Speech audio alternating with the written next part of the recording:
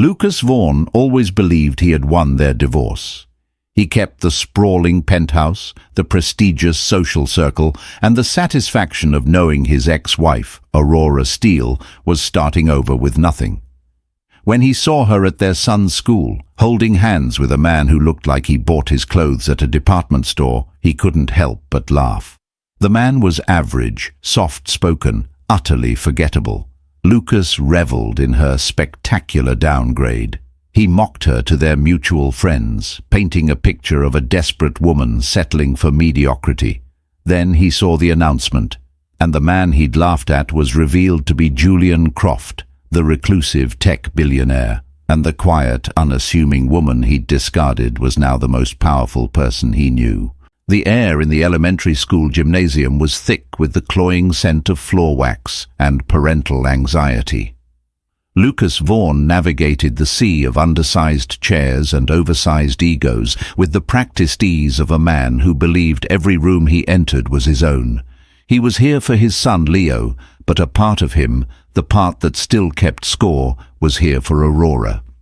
2 years post-divorce, and the parent-teacher conference remained one of the few unavoidable battlegrounds where he could survey the wreckage of her new life and reassure himself of his victory. He spotted her near the art display, a vibrant collage of misshapen paper animals. She was wearing a simple navy blue dress that he didn't recognize, her auburn hair pulled back in a loose knot that was far too casual for her usual style. She looked fine. That was the word that settled in his mind. Not spectacular, not broken, just fine, a dull, beige sort of contentment. He felt a familiar surge of satisfaction. He, on the other hand, was wearing a tailored Italian suit, the fabric whispering of his success with every step. He was thriving, a fact he made sure was well documented on every social media platform. As he approached, he saw she wasn't alone. Standing beside her was a man of such profound averageness that Lucas almost felt a pang of pity for him. He was of medium height and medium build, with a kind, forgettable face and a brown sweater that looked offensively comfortable. His posture was relaxed, his hands tucked into the pockets of his sensible trousers. He was listening to Aurora with a focused intensity, a small, genuine smile playing on his lips. This, Lucas surmised with a sneer he barely concealed, must be the new boyfriend, the replacement. "Aurora," Lucas said, his voice a smooth baritone that had charmed boardrooms and silenced arguments. He watched the man's smile falter as he turned. Aurora's back stiffened for a fraction of a second before she composed herself. "Lucas, I didn't see you come in." Her gaze was steady, but he knew her tells. The slight tightening around her eyes, the way she subtly angled her body away from him. "Wouldn't miss it," he said, his eyes flicking dismissively over the man beside her. "Leo's teacher is expecting us." "Lucas, this is Julian," Aurora said, her tone even. "Julian, this is Lucas." Julian extended a hand. "Nice to meet you." His handshake was firm, but unremarkable. There was no challenge in his eyes, no attempt to size Lucas up. It was disarming. Lucas preferred a fight, a clear hierarchy. This man seemed to exist outside of it, a civilian wandering onto a battlefield. "You too," Lucas lied, letting his gaze drift back to the children's artwork. "Interesting stuff. Leo's showing some creative flair." He gestured vaguely at a lopsided clay dinosaur. He knew it was a dig. He'd always criticized Aurora for encouraging Leo's impractical artistic side over sports or math club. "He gets it from his mom," Julian said warmly, his eyes finding Aurora's. "She's an incredible painter." Lucas almost laughed. Aurora hadn't painted in years. In the last half-decade of their marriage, her canvases had gathered dust in the attic of their sterile, architect-designed home. He'd told her it was a messy, unprofitable hobby. He saw it as a relic of the free-spirited girl he'd married, a girl he'd meticulously molded into the polished wife of a rising corporate star. "A hidden talent," Lucas murmured, the sarcasm a venomous undercurrent. He saw the flicker of hurt in Aurora's eyes, and the scoreboard in his head lit up. Vaughan, 1. Replacement, 0. The conference with Mrs. Davison was a blur of practiced platitudes. Leo was bright, but a bit of a dreamer. He excelled in creative subjects, but needed to apply himself more in math. The usual. Lucas sat with his back ramrod straight, making a show of taking notes on his phone, while Julian sat quietly beside Aurora, his hand resting gently on the back of her chair. It was a small, proprietary gesture, and it irritated Lucas more than he cared to admit. He found himself watching the man's hands. They were clean and neat, but the nails weren't manicured. This was a man who probably fixed his own leaky faucets, a man who didn't understand the value of outsourcing life's tedious details. As they walked out, Lucas fell into step beside Aurora, deliberately creating a wedge between her and Julian. "So," he began, keeping his voice low, "things seem to be going well for you." "They are," she said, her voice clipped. She refused to look at him. "He seems nice," Lucas said, loading the word with all the condescension he could muster. "Very stable, dependable. Is he in accounting, or maybe IT?" He was guessing, of course, but they were suitably bland professions. "He's a software developer," she replied, her chin held high. "Ah," Lucas nodded sagely. "Good for him. A solid 9-to-5 kind of guy. I'm happy for you, Aurora. Truly, it's good that you've found someone who fits your new circumstances."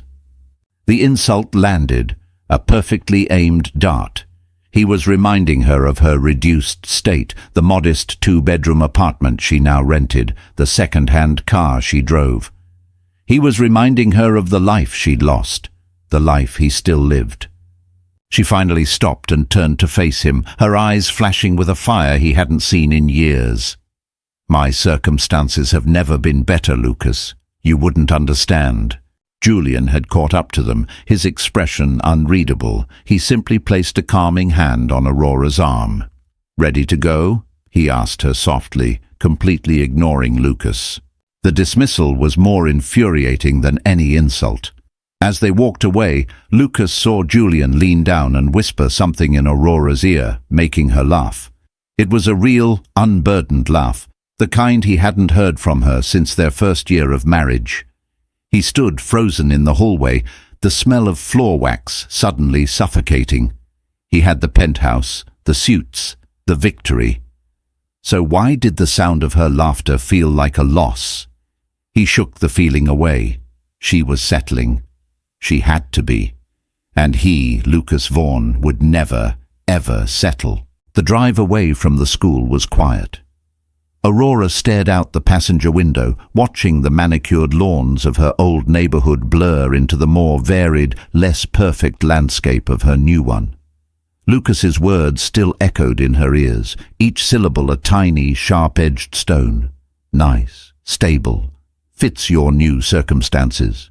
He wielded condescension like a surgeon's scalpel, making precise cuts he knew would bleed for hours. For a moment, the old anxiety threatened to surface, the familiar, suffocating feeling of not being enough, the desperate need for his approval that had defined her for 12 years.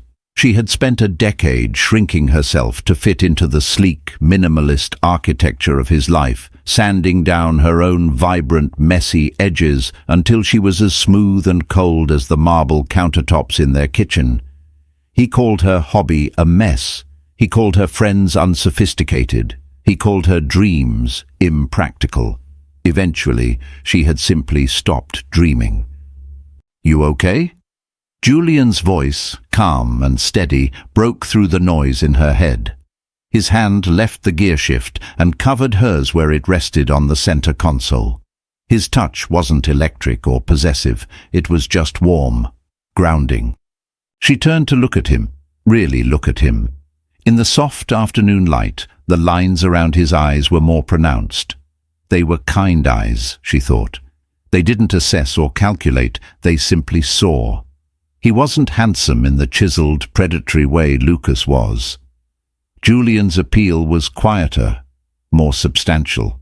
It was in the way he listened, the way his brow furrowed when he was concentrating, the way he remembered that she liked her coffee with exactly 1.5 sugars. "I'm fine," she said, and was surprised to find it was true. The sting was there, but it was fading faster than it used to. "He's just Lucas." "He's an ass," Julian stated simply, without malice. It was a diagnosis, not an insult. "Does he always talk to you like that?" Aurora let out a short, humorless laugh. "That was him being civil. You should have heard him during the deposition." She squeezed his hand. "Thank you for coming today. You didn't have to." "Of course I did," he said, turning onto her street. "Leo's a great kid. I wanted to be there, and I wanted to be there for you." He paused, glancing at her. "He doesn't get to have a monopoly on your life anymore, Aurora. Not on the good parts, and not on the hard parts." This was the core of him, she realized. The thing Lucas could never understand. For Lucas, partnership was an acquisition, a strategic merger. For Julian, it was about showing up. He'd shown up on a rainy Tuesday to help her assemble Leo's new bed frame, patiently deciphering the cryptic Swedish instructions. He'd shown up with soup and movies when she was sick, not leaving until he was sure she was asleep. He'd shown up at her first terrified attempt at an open mic night, where she read a poem she'd written, and he'd been the loudest applause in the small, crowded coffee shop. When she had first met him, it was at that same coffee shop. He was just a guy with a laptop, a guy who had complimented her on the doodle she was sketching on a napkin while waiting for her order. He said he was a coder, working on a personal project. It sounded humble, normal. She'd been so bruised by her divorce, so wary of the high-powered world Lucas inhabited, that Julian's quiet normalcy felt like a sanctuary. He never talked about money or status. He talked about books, about the ethics of artificial intelligence, about the perfect way to roast vegetables. He was interested in her art, asking to see the dusty canvases she'd finally unpacked, his praise genuine and specific. He didn't see a messy hobby. He saw color, emotion, and talent. He saw her. When he proposed 3 months ago, it wasn't with a grand public gesture. They were in her small apartment, the one Lucas would have sneered at. Leo was asleep, and they were cleaning up after dinner. He'd simply stopped, taken her hands in his, and told her that every day with her felt like coming home. The ring wasn't a multi-carat monstrosity designed to signal ownership. It was a simple, elegant sapphire, her birthstone, flanked by 2 small diamonds on a platinum band. It was understated, personal, and perfect. He pulled into her driveway and cut the engine. For a moment, they just sat in the comfortable silence. "You know," Julian said, his voice thoughtful, "men like him, their whole world is a hierarchy. They have to be at the top, and to stay at the top, they have to push other people down. His insults aren't about you, Aurora. They're about him. They're the pathetic little puffs of air he uses to keep his own ego inflated." She leaned over and kissed him, a long, slow kiss filled with a gratitude that went beyond words. "How did you get so wise?" she murmured against his lips. He smiled. "I spend a lot of time debugging code. You learn to spot faulty logic." Her phone buzzed in her purse. She pulled it out. It was a text from her best friend, Chloe. "Post-Lucas debrief ASAP. Wine required." Aurora typed back, "He met Julian. It was exactly as awful as you'd imagine." A new text from Chloe came instantly. "Poor bastard has no idea, does he?" Aurora smiled, a real, secret smile. She glanced at Julian, who was now scrolling through emails on his phone, his brow furrowed in that familiar way. He was wearing his favorite worn-out hoodie now, the one he'd changed into before they left his house that morning. He looked nothing like a titan of industry. He just looked like her Julian. She typed back to Chloe, "Not a clue, and I think I like it that way." For now, this was hers. This quiet, unassuming life with a man who made her feel seen, a man who didn't need to broadcast his success to the world. She didn't need Lucas's approval or understanding. His opinion was the ghost of a life she no longer lived. She was the architect of this new one, and it was being built on a foundation of something far more valuable than money or status: genuine, unconditional love. The elevator ascended 47 floors in a silent, breathtaking rush, opening directly into Lucas's penthouse. The space was an ode to expensive emptiness. Floor-to-ceiling windows showcased a glittering, impersonal view of the city. The furniture was all sharp angles and muted colors, grey, black and chrome. It was less a home than a showroom, a carefully curated stage for the life of Lucas Vaughan. And tonight, it felt like a cage. He loosened his tie, the silk whispering against his starched collar, and tossed his briefcase onto a leather chair that probably cost more than Aurora's car. The silence was absolute, broken only by the faint hum of the climate control system. In their old house, the one they'd sold after the divorce, there had always been noise. Leo's cartoons, Aurora's music, the chaos of a lived-in life. He'd hated it then, craving order and quiet. Now the quiet felt accusing. He poured himself a glass of scotch, the amber liquid catching the light from the city below. He swirled the glass, the ice clinking, the sound unnaturally loud in the stillness. His encounter at the school replayed in his mind, a scene he kept rewinding and analyzing. Julian.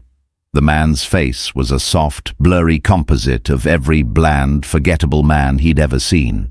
A software developer, a 9-to-5er. He imagined him tapping away in a sterile cubicle, his greatest ambition, a small promotion and a pension plan. It was pathetic. After 12 years with him, a man on a meteoric rise, a man whose name carried weight in this city, Aurora had chosen that. He told himself it was a victory lap, the final confirmation that he had been the prize in their marriage. She couldn't handle his world, so she had retreated to the safety of mediocrity. It was the only narrative that made sense. And yet, the image of her laughter haunted him. It had been so genuine, so unguarded. She hadn't laughed like that with him in years. Towards the end, her smiles had been tight, her laughter a social obligation. He'd seen her as a project that had stalled, a woman who had failed to keep pace with his ambition. He'd told himself the divorce was a necessary amputation, cutting away the dead weight so he could rise faster. Driven by an impulse he wouldn't name, he pulled out his phone and opened Instagram. He rarely looked at Aurora's profile anymore. It was private, and they didn't follow each other, but he knew her best friend Chloe had a public account. He typed her name into the search bar. Chloe was a photographer, her feed a curated collection of artistic shots and candid moments. He scrolled, feeling a voyeuristic pang of something. He wasn't sure what. He scrolled past photos of landscapes, of Chloe's dog, of artfully arranged lattes, and then he found it. A group shot from a few weeks ago, taken at a backyard barbecue. There was Aurora holding a glass of wine, smiling at the camera, and next to her, with his arm slung casually around her shoulders, was Julian. He was wearing a ridiculously normal faded t-shirt and a baseball cap, but it wasn't the man that caught Lucas's eye. It was Aurora's left hand, the one holding the wine glass. On her finger was a ring. It wasn't a gaudy diamond like the one he'd given her. This was different. A deep blue stone, elegant and understated, that seemed to absorb the light around it. It was an engagement ring. The realization hit him not with a bang, but with a slow, sinking feeling. She was engaged to be married to the human equivalent of a beige sedan. He zoomed in, his thumb hovering over the blurry image of the ring. A part of him wanted to laugh. It was probably a cheap sapphire, the best a cubicle dweller could afford. It was a pale imitation of the life he had given her, but another part of him felt a strange, cold knot tighten in his stomach. This wasn't just a rebound anymore. This was serious. This was a new life she was building, a life that was deliberately, pointedly, the opposite of the one she'd had with him. He put the phone down and walked to the window, staring out at the city lights. Each light represented a life, a story. He had always seen them as a backdrop to his own, a kingdom he was conquering. He thought about Aurora in her small apartment with her second-hand furniture and her cheap little ring, and a wave of contempt washed over him. He had offered her the world, and she had chosen a postage stamp-sized backyard in the suburbs. He finished his scotch in one gulp, the burn doing little to chase away the disquiet. Why did he even care? Her choices were irrelevant to him now. He had a date tomorrow night with a 20-something model whose name he could barely remember. He had a board meeting on Friday that would solidify his position as the youngest senior partner in his firm's history. He was winning. But as he stood there, alone in his vast, silent penthouse, the victory felt as hollow and empty as the space around him.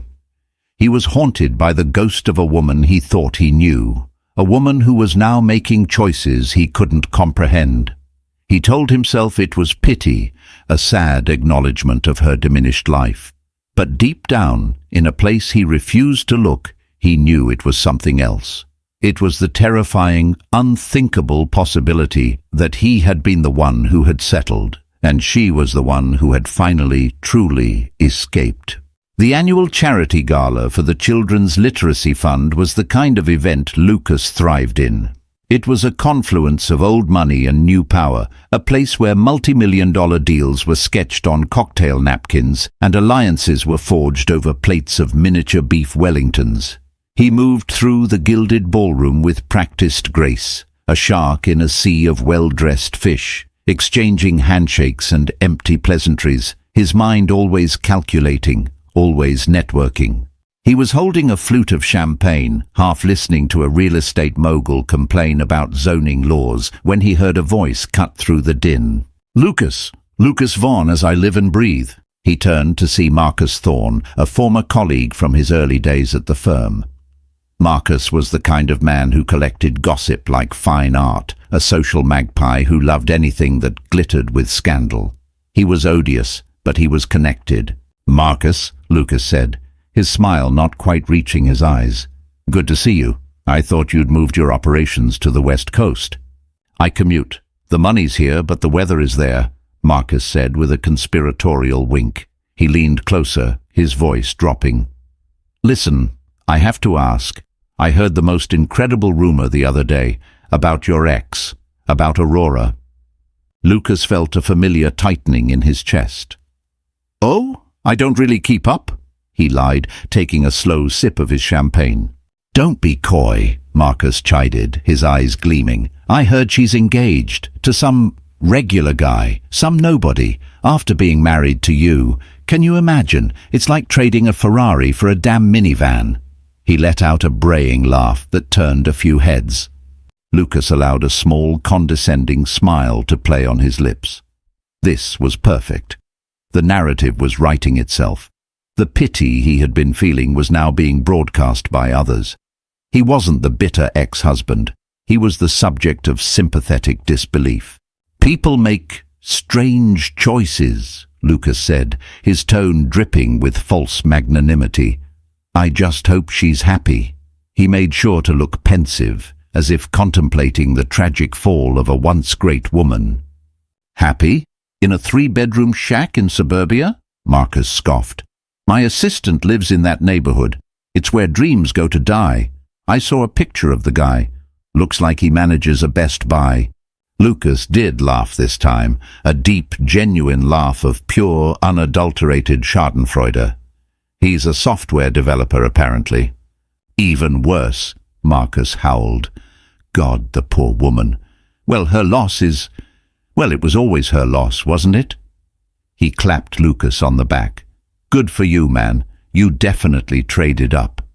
He gestured across the room to where Lucas's date for the evening, a willowy blonde model named Tiffany, was chatting with another guest. "I do my best," Lucas said, his ego roaring back to life, vanquishing the last of the disquiet he'd felt in his penthouse. This was right. This was the natural order of things. He was on a trajectory to the stars, while Aurora was content to tend her little garden on Earth. He spent the rest of the evening basking in the glow of his perceived triumph. He donated a handsome sum to the charity, making sure the auctioneer pronounced his name correctly. He flirted with Tiffany, who looked at him with the vacant adoration he paid for. He schmoozed with board members and CEOs, his confidence soaring. The story of Aurora's pathetic engagement became his social currency for the night. He would tell it with a shake of his head and a sad little smile, playing the part of the magnanimous ex who only wished her the best in her new small life. "I saw him, you know," he told a circle of rapt listeners at the bar, "at a parent-teacher conference, a perfectly nice fellow, very earnest. You know the type, wears comfortable shoes." The group chuckled knowingly. They all understood. They lived in a world of bespoke leather, of sharp edges and sharper ambition. Comfortable shoes was a death sentence. "I'm just glad she found someone," he concluded, the final perfect nail in the coffin of her reputation. Everyone deserves a little happiness, no matter how modest. He left the gala feeling powerful, vindicated.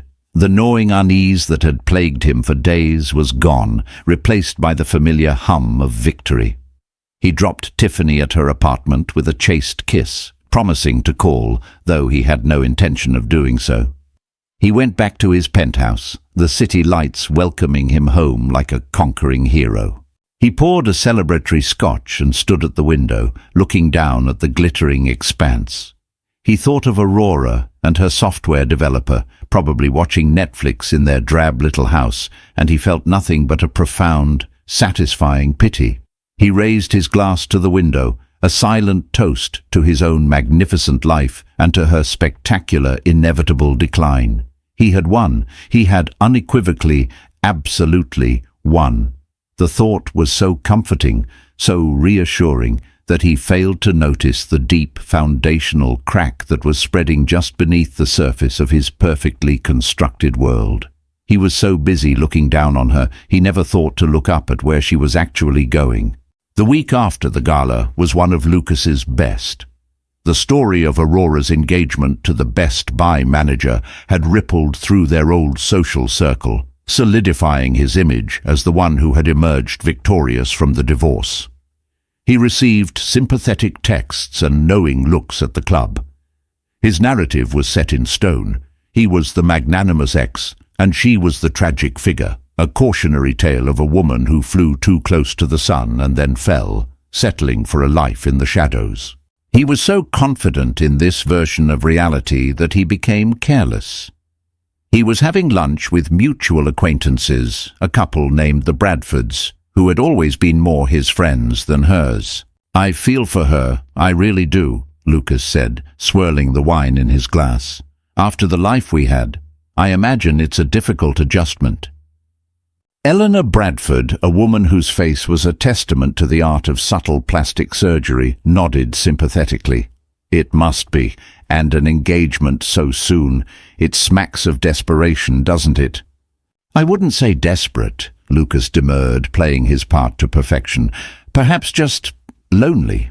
The fellow seems decent enough, harmless. I suppose that's what she needs right now." He let the implication hang in the air that Aurora was a wounded bird, and Julian was the drab, sturdy branch she had landed on, incapable of ever helping her fly again. He knew the Bradfords would report his words, almost verbatim, back into the social ether. That was the point.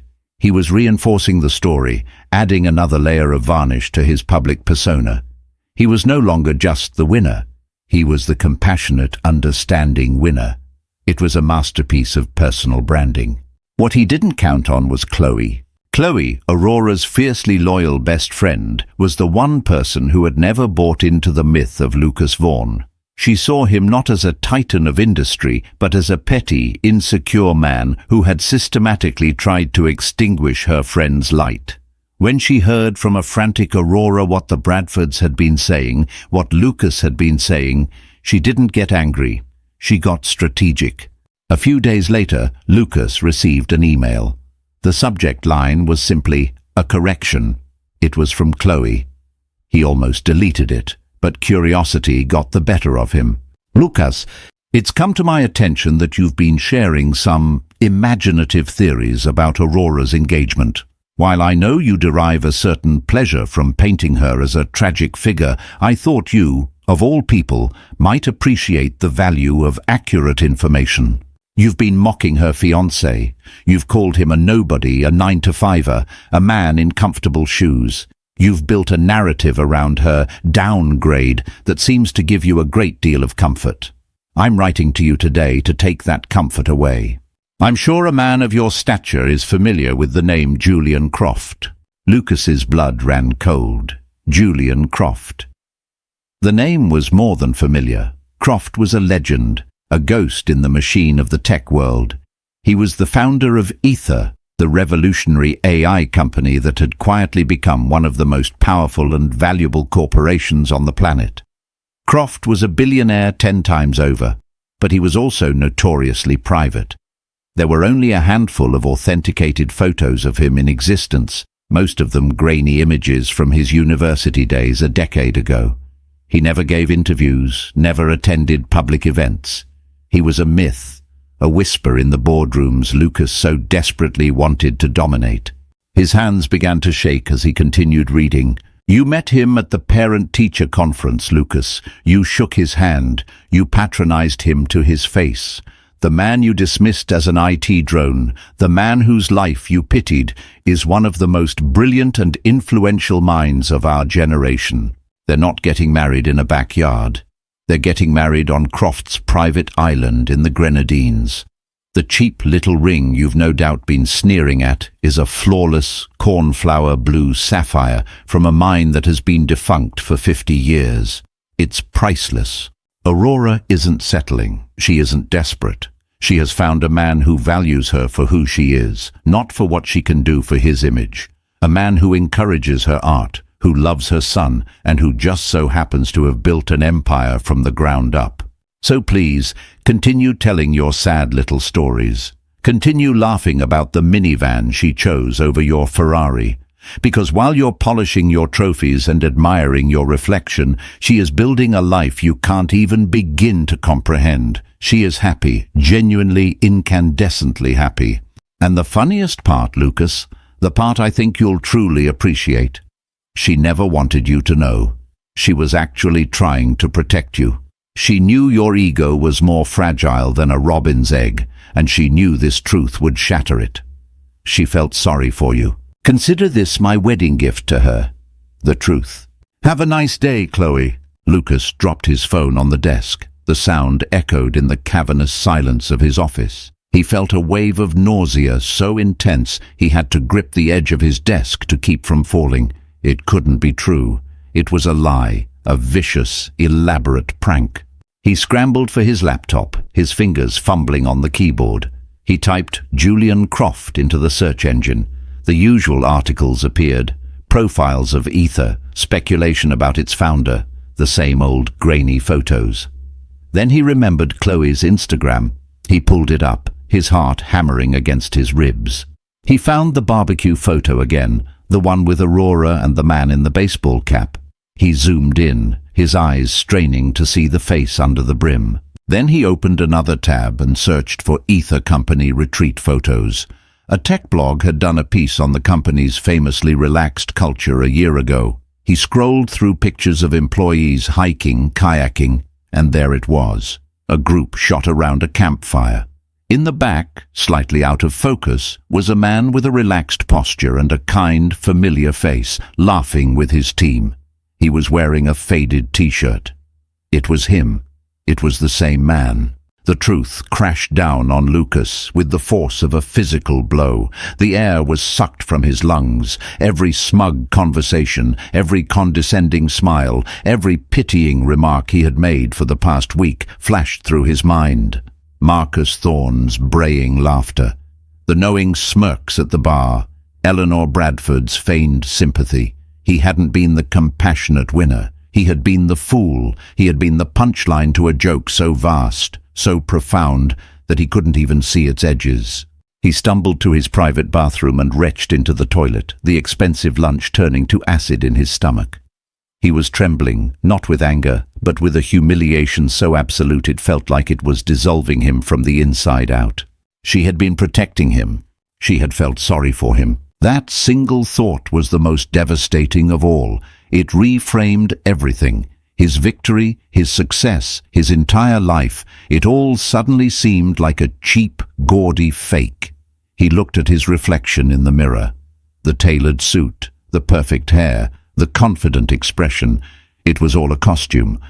And Aurora, the woman he had discarded and pitied, had just stripped him bare in front of the entire world. Aurora sat on the small balcony of her apartment, a mug of tea warming her hands.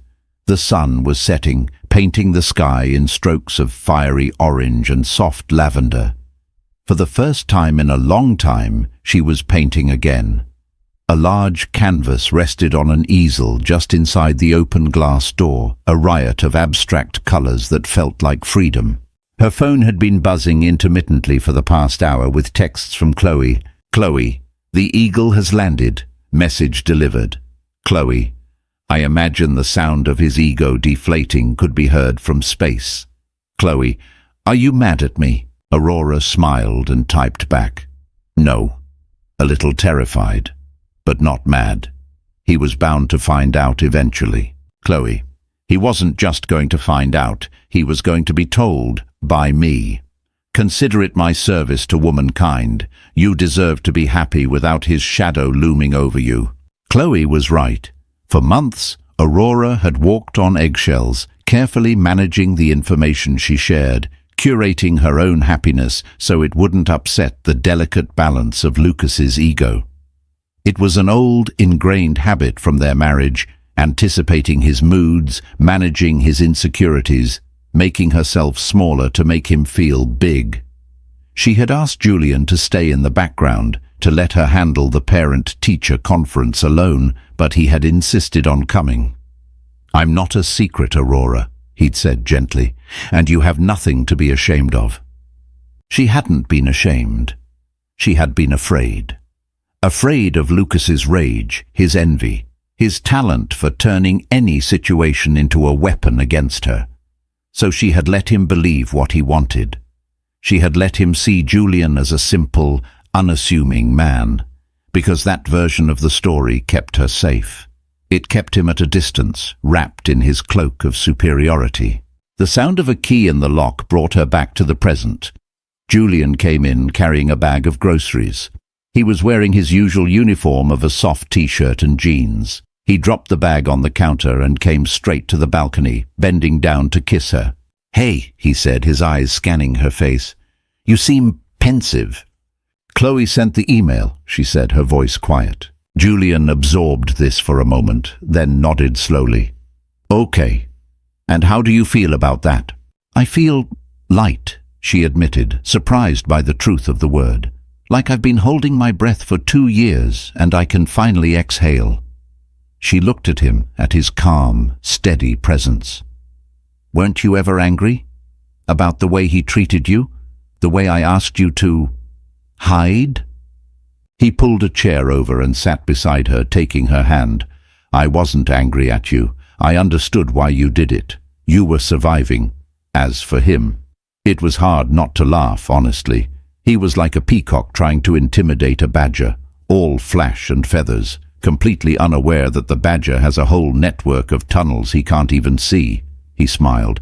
My world is built on code, Aurora, on logic, and his behavior is the most illogical thing I've ever seen. He had this incredible, rare, complex variable, you, and he kept trying to force you into a simple binary function, yes or no, good or bad, success or failure.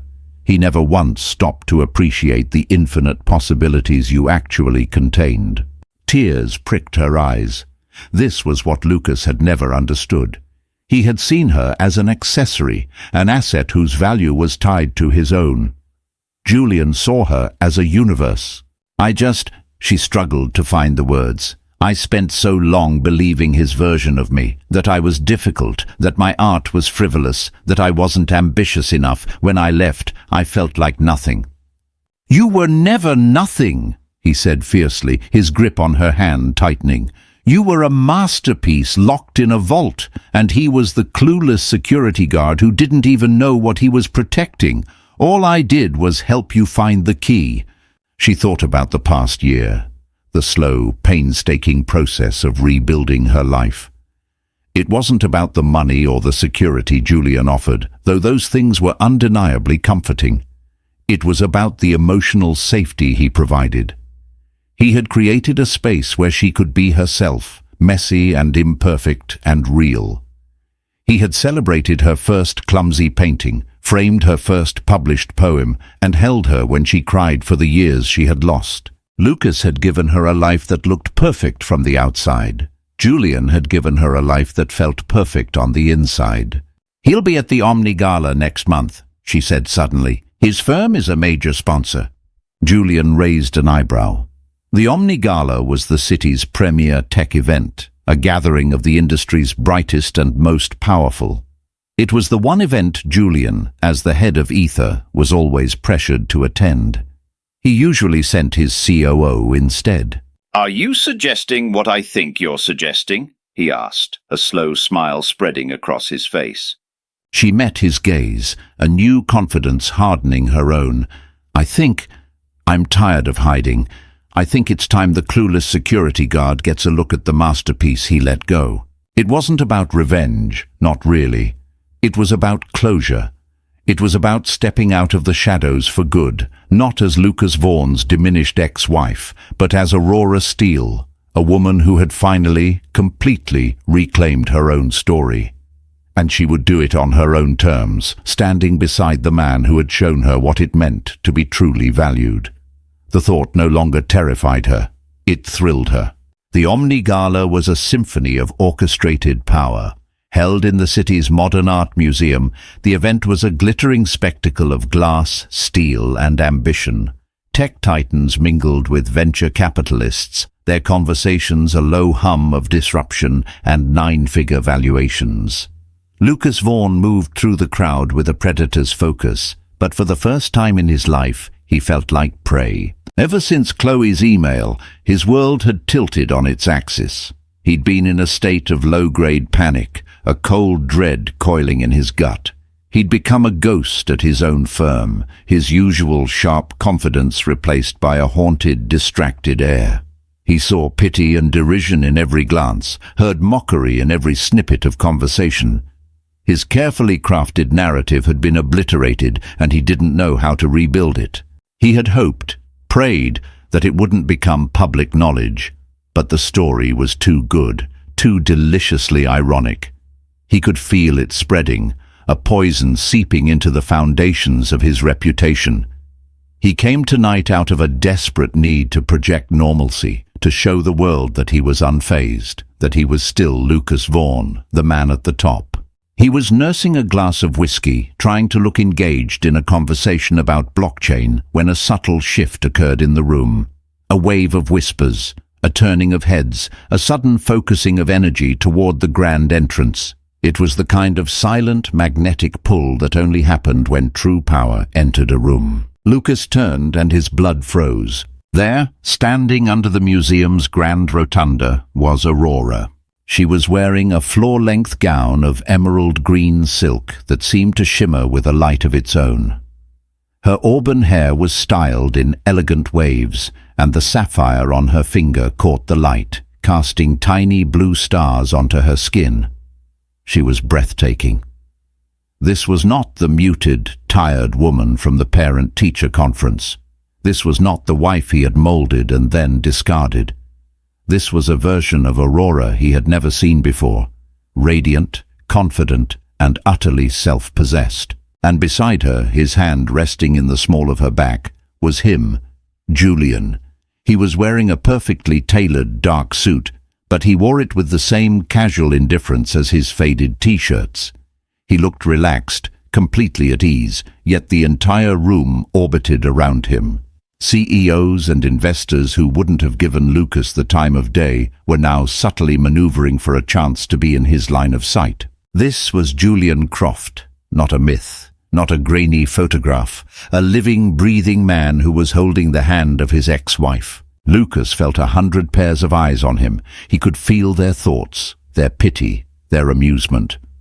Marcus Thorne was across the room, his jaw practically on the floor. The Bradfords were staring, their faces a mask of horrified fascination. He was the center of attention, not as a winner, but as a public fool. He had to do something. To retreat would be an admission of defeat. He had to face it, to control the narrative, what was left of it.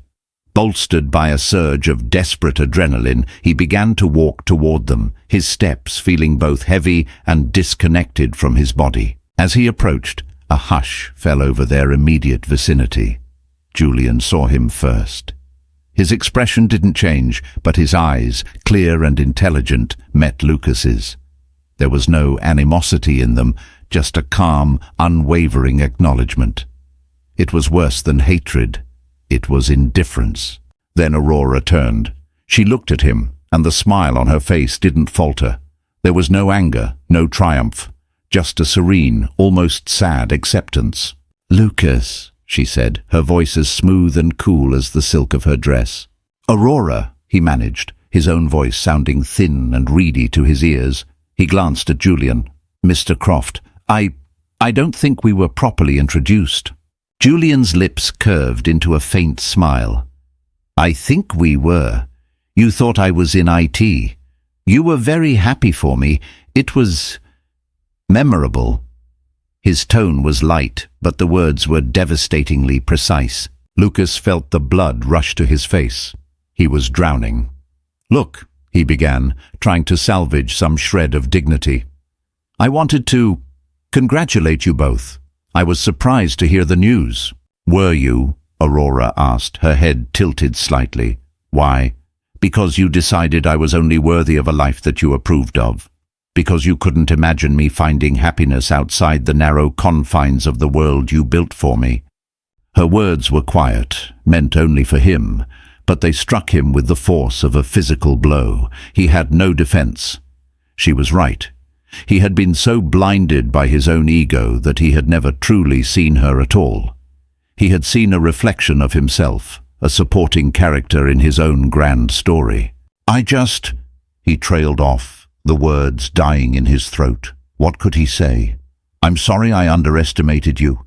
I'm sorry I was a condescending fool. I'm sorry I threw away something priceless because I was too arrogant to recognize its value." Julian stepped forward slightly, a subtle, protective movement. "I think you've said enough," he said, his voice still quiet, but with an undercurrent of steel. "Aurora and I are going to get a drink. It was an experience, seeing you again, Lucas." He took Aurora's hand, and together they turned and walked away, the crowd parting for them as if they were royalty. Lucas was left standing alone in their wake, a statue of his own humiliation. He watched them go, watched as the most powerful people in the room clamored to speak to them, to bask in their glow. He watched as Julian leaned down and whispered something in Aurora's ear, and he saw her laugh. It was the same laugh he had heard in the school hallway, but this time he understood it. It wasn't the sound of her settling for a lesser life, it was the sound of her victory. And in the bright, unforgiving light of the Omni Gala, Lucas Vaughan finally, painfully, understood that he hadn't just lost the divorce. He had lost everything that ever truly mattered. The drive home was a blur. Lucas didn't remember getting in his car or navigating the city streets. He found himself standing in his penthouse, the glittering cityscape mocking him with its brilliance. The silence he had once craved was now a roaring vacuum, amplifying the cacophony of his thoughts. He walked to the bar, his hand reaching for the scotch, but he stopped. Alcohol wouldn't numb this. This was a wound that went clear through to the bone. He felt hollowed out. The man he thought he was, the winner, the titan, the master of his universe, had been an illusion, a fragile construct of ego and arrogance. And tonight, that man had been publicly executed. He sank onto the cold leather sofa, the suit he'd worn with such pride now feeling like a clown's costume. He replayed the scene at the gala over and over. The whispers, the stares, the calm, dismissive power in Julian Croft's eyes. And worst of all, the serene pity in Aurora's. She hadn't hated him. She hadn't even been angry. She had simply outgrown him. She had moved on to a level of existence he hadn't even known was possible, while he was still playing the same petty games in his gilded cage. His entire perception of their marriage, their divorce, their lives, fractured and then crumbled into dust. He had told himself he'd left her because she couldn't keep up, because she was a dreamer who lacked his practical ambition. But the truth, in its agonizing clarity, now presented itself. He had been afraid of her. He remembered the early days, the vibrant, fearless girl who painted with such messy, joyful abandon. The woman who would debate philosophy with him until dawn, whose mind was as sharp and brilliant as his own. He had loved that woman, but she had also intimidated him. Her world was rich with color, emotion and passion, things he couldn't control, couldn't quantify on a balance sheet. And so he had begun the slow, methodical process of sanding her down. He hadn't called it that, of course. He'd called it helping her focus. He'd encouraged her to give up her frivolous hobbies to better support his career. He'd steered her away from her artistic, free-spirited friends and toward the polished, vapid wives of his colleagues. He had convinced her that his dreams were her dreams, that his success was her success. He had systematically dismantled the things that made her Aurora and tried to rebuild her as a perfect silent partner to Lucas Vaughn. He had succeeded for a while. She had become quieter, more subdued. The canvases gathered dust, the laughter faded, and when she had become the perfect, polished accessory he thought he wanted, he had grown bored of her. He had mistaken the light he had extinguished for a lack of fire. The divorce wasn't him cutting away dead weight. It was her, in a final, desperate act of self-preservation, escaping the slow asphyxiation of their marriage. She hadn't started with nothing. She had started with the most important thing of all, herself, the person he had tried so hard to bury. And Julian Croft. He hadn't found her. He had simply seen her. He had seen the masterpiece in the vault and had the wisdom to let her come out into the light. The thought was unbearable. A man who was wealthier, more powerful, and, he now admitted with a sickening lurch, a better man than he would ever be, was now living the life Lucas had been too blind and too stupid to appreciate. He got up and walked through the vast, empty penthouse. Every object, the minimalist art, the designer furniture, the gleaming surfaces, seemed to mock him. They were trophies from a game he had just realized he wasn't even playing. He had spent his life accumulating things, but he had never built anything of real value. His relationships were transactional, his friendships were alliances, and his home was a sterile museum of wealth. He thought of Julian, the man in the comfortable shoes. A man who had built an empire, yet seemed utterly unconcerned with its trappings. A man whose priority was showing up for the woman he loved and the child he was helping to raise. Julian Croft didn't need a penthouse to prove he was powerful. He just was. Lucas stood before the floor-to-ceiling windows, looking at his own reflection superimposed over the city. He saw a man who had gained the world and lost his soul. The humiliation was still there, a raw, open wound. But beneath it, something else was stirring, a profound, terrifying, and strangely cleansing sense of shame. This was his rock bottom. This cold, silent room, 47 floors above a city that no longer felt like his kingdom. He had built his entire identity on a foundation of lies, the biggest one being the one he told himself, that he was the prize, that he was the winner. He wasn't a winner. He was just a man, alone in a beautiful, empty room, haunted by the ghost of a happiness he had destroyed with his own 2 hands. And for the first time, he didn't know how to fix it. There was no deal to be made, no opponent to be crushed. The only person left to confront was the stranger staring back at him from the glass. A month later, a simple hand-delivered envelope arrived at Julian Croft's corporate headquarters, addressed to Aurora Steele. Inside was a single sheet of heavy, cream-colored stationery. The handwriting was neat, precise, and instantly recognizable. "Aurora, There are no words to adequately express the depth of my regret. I spent years trying to shape you into my idea of a perfect partner, and in doing so, I failed to see the extraordinary person you already were. The fault was not in you for being a dreamer. It was in me for being too small to appreciate the size of your dreams. My humiliation is profound, but it is deserved. I don't expect your forgiveness, and I am not asking for it. I simply wanted to acknowledge the truth. I hope your life is as full of color and light as the canvases you used to paint. You deserve all the happiness in the world. Lucas. Aurora read the letter in the sun-drenched living room of her new home, a beautiful house with a sprawling garden and a dedicated art studio overlooking the ocean. She felt a quiet, final release, the last anchor to her old life, finally cut away. She didn't feel triumph, just a sad sort of peace. He was beginning, just beginning, to understand. She folded the letter and put it away, a final artifact from a past she no longer inhabited. Her future was here, with Leo's laughter echoing from the garden and Julian's arms around her. She was finally home. Thank you for watching this story unfold. If you were moved by Aurora's journey of rediscovery and Lucas's painful awakening, please show your support. Hit that like button, share this video with someone who loves a story of redemption and empowerment, and don't forget to subscribe to the channel for more dramatic and emotional stories that feel just like real life. We love having you as part of our community. What did you think of the ending? Let us know in the comments below.